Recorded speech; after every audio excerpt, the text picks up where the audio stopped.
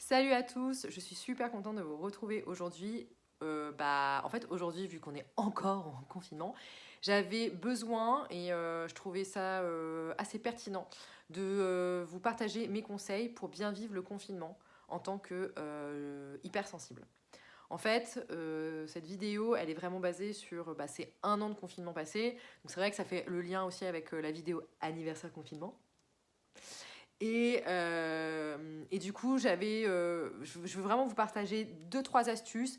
Alors plutôt ciblées pour les étudiants, ça peut vraiment vous aider à bien vivre cette étape qui risque de durer encore pas mal de temps. Et du coup, à vous aider en fait à réussir vos études cette année. Bonjour à tous, je m'appelle Déborah Chapelle, je suis votre coach au potentiel émotionnel. J'accompagne les enfants, les collégiens, les lycéens, les étudiants hypersensibles à devenir des adultes responsables et épanouis et surtout à trouver leur projet professionnel qui leur ressemble vraiment.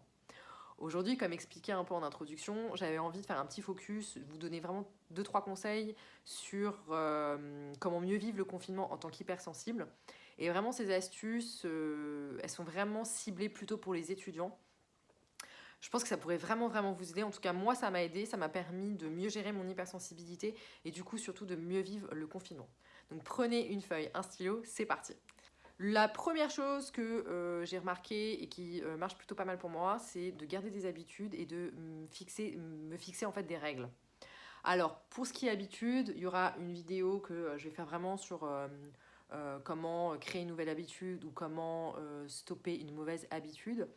Mais pourquoi c'est important d'avoir des habitudes et de se fixer des règles, surtout pour les hypersensibles? Parce qu'en fait, ça nous permet de nous rassurer et d'aller étape par étape.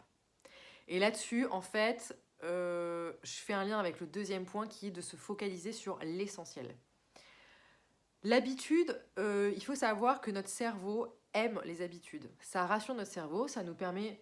En fait, je pense que... Alors, j'ai pas fait de recherche spécifique, mais en tout cas, je me suis dit, moi, le fait d'avoir des habitudes et de me fixer des règles, en fait, ça me permet d'une, de baisser en stress, de deux, d'être fière de moi, et de trois, d'avoir l'impression d'avoir fait quelque chose dans la journée. Genre, j'ai pas perdu mon temps, tu vois. Et c'est plutôt bien quand tu es hypersensible parce que ça peut vite être un problème en fait quand tu ne le fais pas parce que tu te dis mon Dieu j'ai procrastiné toute la journée, c'est horrible, j'ai rien fait, je suis qu'une sombre merde. Donc pour éviter ça, moi j'ai remarqué que le fait donc de garder des habitudes et de se fixer des règles aide énormément. Le deuxième point, je l'ai déjà dit, mais c'est de se focaliser sur l'essentiel. Qu'est-ce qui est vraiment important aujourd'hui? Qu'est-ce qui est vraiment important dans ta semaine? Qu'est-ce qui est vraiment important dans ton mois? Là-dessus, je fais un lien sur mon troisième point qui est de se fixer des objectifs. Alors, pour ça, j'ai appris une leçon énorme. En fait, quand tu regardes un peu les vidéos, tout ça, sur Internet, sur comment réussir, tu vois, les success stories et tout, les gens te disent, ouais, il faut des objectifs hebdomadaires, des objectifs quotidiens, etc., etc. Bon, j'ai testé les objectifs quotidiens. Donc, les objectifs quotidiens, c'est des objectifs tous les jours, hein. Et en fait, vu que je suis hypersensible, forcément, on pense à la montagne de l'Himalaya, hein.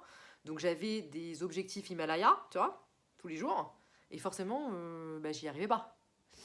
Donc, sentiment de honte qui arrive, puisque c'est même pas de la culpabilité, hein, puisque c'est moi-même qui n'y arrive pas. Et puis en prenant du recul, et surtout en fait, c'était en suivant une autre coach sur Instagram, où je voyais que la fille, maman... Donc maman, coach, machin, apparemment, elle gère elle gère sa life trop bien, quoi. Et donc je lui envoie un message et je lui dis, mais excuse-moi, mais comment tu fais pour gérer, quoi? Parce que moi, un peu compliqué, quoi.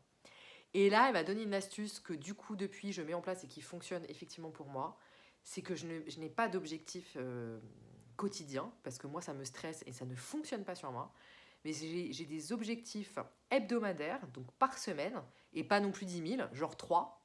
3 gros objectifs par semaine qu'il faut que je fasse, et un objectif par mois. Et là-dessus, je fais le lien avec aller à l'essentiel. C'est-à-dire que mes 3 objectifs par semaine et mon objectif par mois, c'est de l'essentiel, c'est de must, tu vois.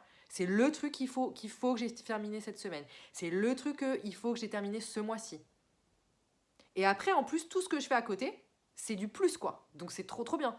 Mais voilà, et donc ça me suffit largement.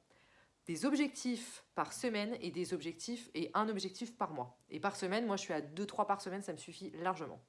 Donc, je récapitule de ce que je vous ai déjà partagé au début. Donc, la première astuce pour bien gérer son confinement quand on est hypersensible, et donc là, c'est vraiment focus étudiant pour... Je pense que ces astuces-là peuvent vous aider en gros à réussir votre année et à passer le cap, quoi. La première, c'est de garder vos habitudes et de vous fixer des règles. Ça va faire du bien à votre cerveau, vous allez baisser en stress et ça vous permet, voilà, de bien gérer votre quotidien, d'avoir le sentiment de ne pas avoir rien fait, de procrastiner. Ça, c'est la première chose. La deuxième chose, c'est aller à l'essentiel. La troisième chose, c'est se fixer des objectifs par semaine. Donc moi, par exemple, j'en fais 2-3 par semaine. Et un objectif par mois. Donc un objectif par mois. Voilà. 2-3 par semaine, un objectif par mois. Donc ça, c'est mes 3 astuces. Le bonus qu'il faut absolument que je vous le partage. Pensez, faites très attention à notre plus grand... C'est pas un défaut, mais à notre plus grand ennemi, la procrastination. Donc pour éviter de rentrer dans ce cercle vicieux de procrastination, vous avez énormément besoin de repos. Donc prenez conscience, ayez des moments calmes, ayez des moments de repos, arrêtez les écrans au bout d'un moment, mais même voilà, arrêtez la télé, quoi. Enfin voilà, vous lisez un bouquin, vous faites autre chose, allez marcher un peu, allez vous aérer, méditez, prenez du temps pour vous, reposez-vous. La deuxième chose, écoutez votre corps. Donc pour ça, je vous demande de pratiquer l'auto-empathie. Enfin, je vous conseille de pratiquer l'auto-empathie. Je vous mets un petit document là en description de la vidéo, vous le trouverez, vous pouvez le télécharger. Et d'essayer la méditation. Franchement, il y a plein d'applis. Au pire, il n'y a pas d'appli. Franchement, tu vas sur YouTube, méditation pour s'endormir, méditation pour se relaxer, etc., etc., etc. Un truc aussi auquel je pense là tout de suite, et moi qui m'aide beaucoup, vu que les hypersensibles, on a besoin souvent de musique relaxante. En fait, ce que je fais quand j'ai besoin de créer, de créer mes contenus, d'avoir mes idées, de bosser, etc. Ce que je mets en fond, je mets une musique, je vais sur YouTube et en fait, je tape musique pour se concentrer, musique pour développer sa créativité. Et en fait, tu as des musiques de fond qui sont juste géniales. Enfin, moi, voilà, ça fonctionne sur moi. Donc, si ça fonctionne sur moi, ça pourrait peut-être fonctionner sur vous. Et enfin, la dernière chose que je veux vous partager et qui est très connue dans le monde du développement personnel, coaching, et c'est vrai. Donc si je vous le partage, c'est parce que j'ai essayé, parce que j'essaye et que j'ai adopté cette nouvelle habitude, c'est qu'il faut boire, en fait, il faut s'hydrater. Il faut boire énormément d'eau, donc dès que vous êtes fatigué, vous stoppez, vous marchez un petit peu, même dans votre intérieur, et surtout vous buvez de l'eau. Ça va permettre à votre corps en fait de se rebooster, de se réénergiser. Et vous êtes capable de passer au cap supérieur. Donc j'espère que cette vidéo vous a plu. Donc si c'est le cas, je vous invite à mettre le petit pouce bleu, à vous abonner, et puis n'hésitez pas non plus à parler autour de vous de cette chaîne Le Pouvoir des Hypersensibles, pour faire grandir la communauté. Donc je vous ai partagé des astuces pour mieux vivre le confinement en tant qu'hypersensible. Ces astuces-là, je les ai essayées et ça a fonctionné sur moi. Donc c'est pour ça que je vous les partage. Si vous avez mis d'autres choses en place qui fonctionnent pour vous, franchement, n'hésitez pas à me laisser un commentaire. Ça me fera très plaisir et puis ça pourra aussi aider d'autres personnes. Et puis ça pourrait peut-être même m'aider moi. Je pourrais peut-être même mettre ces nouvelles astuces en place. Moi, je suis toujours fervente de nouveautés. Je vous remercie beaucoup. Je vous dis à très vite et je vous souhaite une super journée. Ciao.